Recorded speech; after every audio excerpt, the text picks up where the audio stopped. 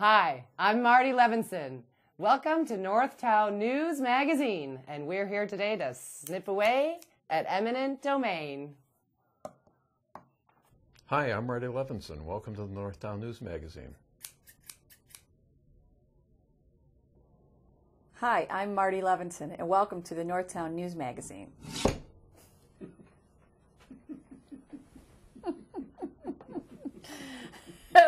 Come on, baby, don't you wanna go? Come on, baby, don't you wanna go? Hi, I'm Marty Levinson. Welcome to the Northtown News Magazine show with the greatest cameraman around, Sonny Hirsch, and your host, Avi Myers. Thank you, Marty. Avi Myers, Northtown Neighborhood News Magazine, a presentation of Sonny Hirsch and myself. This is our 750th show. Yay! Dial us up on the web, ntnm.org, communitypolicingcaps24.org. We have been covering the eminent domain situation with Northeastern, where they want to take over Bryn Mawr and Foster in 2 stages from Bernard to Central Park. And I would like to welcome you to my 2 guests, one of whom you've seen before, and that's Kim Moseid. Moseid, yeah. Okay. And Bruce Van Inwegen. Thank you. Bruce is fine. Okay. So, so Kim, you're a neighbor. Yes. Okay, and Bruce, you have a business nearby, or? Indeed, and I'm also a neighbor. Okay. Oh, so you live there and you work there? Yes. Okay. Your business is on Bryn Mawr, or? On Bernard Street, which is only a block and a half from the property that's about to be taken over. So you're talking about your friends and your neighbors and businesses you've been shopping Indeed. at for... Yeah. Indeed. For a long time, yes. Yeah. Absolutely. Yeah, it's happening they have invoked eminent domain for 6 businesses, 6 property owners on Bryn Mawr between Kimball and Bernard. So that's the 3400 West block of Bryn Mawr. Wow. Right, exactly. And then Foster, well, that's where we kind of all argue that they should build on Foster because they would not need to use eminent domain. That is their property, part of their 67 acres. Yeah, they have a lot of open spaces and open athletic fields over there. They do, yes. And lots of open parking spaces, too. So that's been an issue for quite a long time.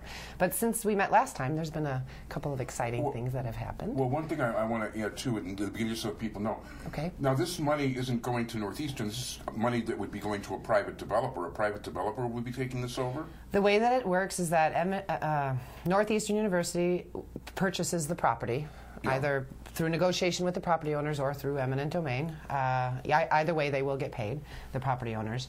And then they have contracted out to a private partnership, a PPP, private party partnership, is that American Campus Communities. American Campus Communities. They will be the ones that are responsible for the demolition, the building, and the management of the dormitories if they do get built.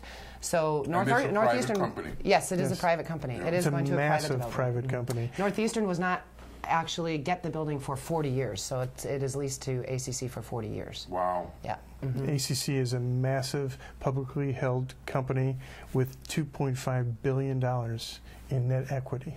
Right. So, you know, we're talking about them making money hand over fist over this development. Yeah, certainly. I'm sure if they can acquire, if the university is able to acquire the property, yes. Yeah. Now, and hopefully they won't. So why don't we talk about the new... I just wanted to give people basic background. Absolutely. No, I'm glad you did that. Okay, Good idea. Thank you. New developments. Yes. So we've talked quite a lot about the alderman, Lorino, and the... Should I stop? No. Keep Sorry. going. The lack of contact that she's had with the neighborhood. The neighborhood did actually receive a letter from her in October where she stated a couple of things. Number one, that she did not know about the plan until January of 2014, which is incorrect. We have statements from president's reports of NEIU and also a statement that she made to DNA Info that says she's working with the university to redevelop the Bryn Mawr properties. It doesn't exactly say redevelop with dormitories, but it does indicate that. Right. And there are presently no dormitories at all at Northeastern. There are not. There's not even a residential component of Northeastern Illinois University. They have been, since their inception, a commuter school. Yeah. So this encroachment onto the community is new. And Yes. encroachment's a good word for it. Yeah, absolutely. Polite word, actually. And that's why we've looked to so much support from the aldermen, Yeah. which we have not gotten, because it is encroaching on the community and the business owners, particularly on Bryn Mawr Avenue there. So she has come out and said that she does not support that use of eminent domain. Unfortunately, it was 8 months after the fact that she met with the property owners, and they tried to elicit her help to stop NEIU from invoking eminent domain. Well, now it's kind of a day late and a dollar short because they did invoke eminent domain in August. So she can make all the noise she wants, but she was basically plotting with them for 6 years. Well, Or how many that would years be it about was. 2 years. 2 2 years. years that we can go back to. Yes, exactly. And we would have liked to have heard from her prior to the lawsuit happening, because I mean, to her. Yeah, they She says that basically said, her "Hello, hands how are really you? We're tied a taking little bit your now. Yeah, property." exactly. But Yeah. they weren't tied 8 months ago. She could have perhaps put pressure on them to not invoke it. So the other thing that has happened is that a student at NEIU has gotten over 600 letters from students Wow. that have been presented to the Board of Trustees. We had a community meeting, NEIU Neighbors, that's the group, the coalition. Greg Bedell was there, did a fabulous job in support of us Yeah. fighting eminent domain. We had a meeting, the introductory meeting with Congressman Quigley, so we're hoping to get a lot of support He's and a pretty information. decent guy, actually, He is a for a very decent congressman. guy, yes, absolutely. I find him to be very genuine, Yeah. absolutely. So we're hoping to get some support from him on a local, state, and federal level in changing the laws. We'll It see. would be nice, It 'cause would he be really- a long process, but Yeah, I mean, I know I said a politician was decent, and I apologize to you, but he actually is. I agree. I do have to agree with you there. There was a big protest at the university yesterday, and Bruce can go into a little bit more detail Wow. about that. Well, actually, I received notice of this. It was organized by one of the faculty members at NEIU. And when I arrived, they said that it was going to kick off at 3:05 p.m. And when I arrived a little after that, they were already in full swing. There were probably anywhere between 150 and 200 students, faculty, neighbors that were incredibly vocal. There was a lot of activity. There were speakers that gave presentations about a combination of problems at the university with funding and class cuts, coupled with the fact that the university was spending money on constructing these new dormitories. So there's a gigantic conflict there.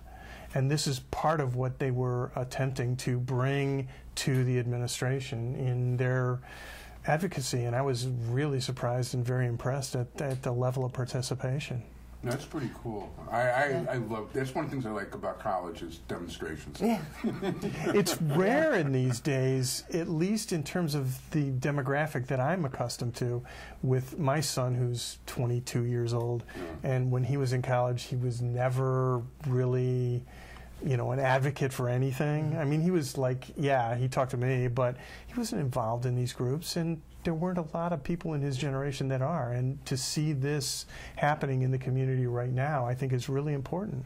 No, They that's certainly great. made some noise. Yeah, it was a great protest. Was the press there at all, or? The press was not there, at least not that I know of. I don't did know if not you've see seen anybody from the press. So 200 students, faculty, residents marched through the halls, past the administration building, down through the library and into a meeting place where Sharon Haas was having a meeting with the Sharon Haas is faculty the president senate. of the university? She is the president of the university. She is the one, she and the board of trustees that we're appealing to withdraw the eminent domain lawsuit. That's our main objective, to just get them to withdraw. Negotiate with the property owners. Do this in a democratic fashion. There's a huge disconnect right now between the university and the neighborhood that they adjoin.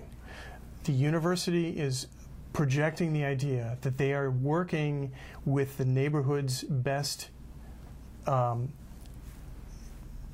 Interest? That's the word I'm looking for. The neighborhood's best interest at heart. But I have to ask, why is it the university's responsibility and or choice or right to decide for themselves? It's not like they need extra space. No. I mean, they have declining enrollment.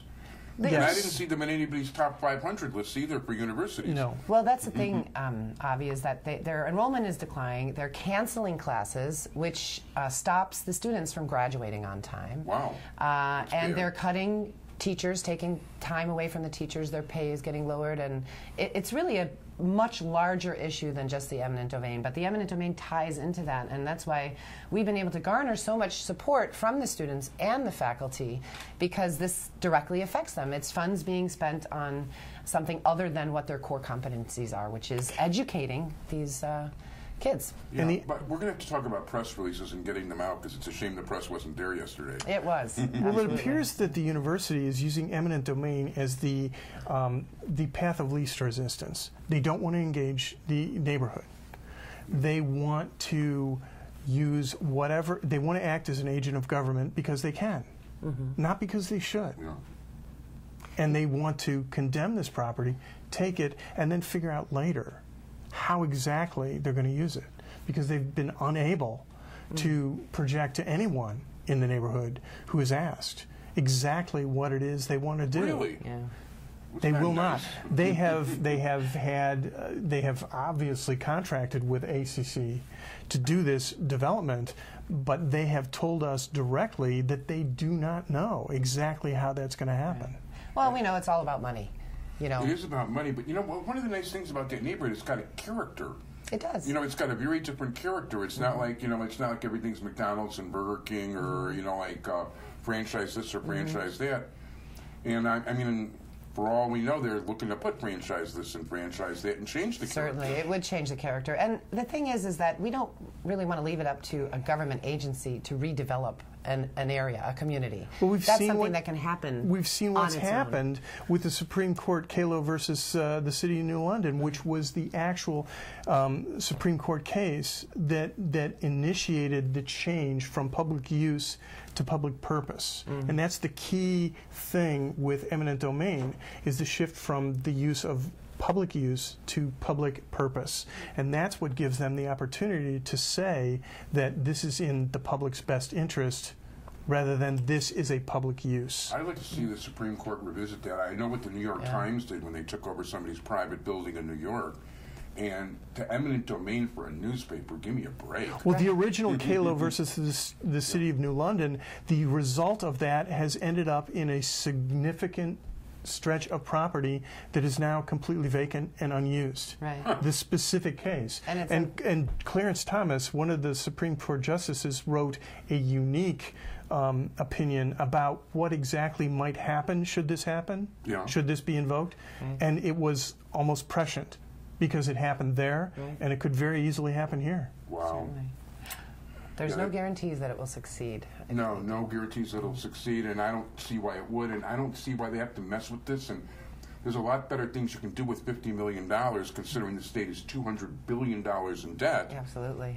Than build something that the world can live without. And the world can live without whatever it is they have in mind. Yes, absolutely. That's for sure. So you guys have a website? We do have a website. The website is NEIUlandgrab.com. There's access to petition at change.org on the website. You can gain direct access from there, so please sign the petition. We're also on Facebook as NEIU Neighbors, so visit us there and like our page. I want to thank you very much, Kim Moseid. Thank you, Avi. Thank you, Bruce. Van Inwegen. Thank you.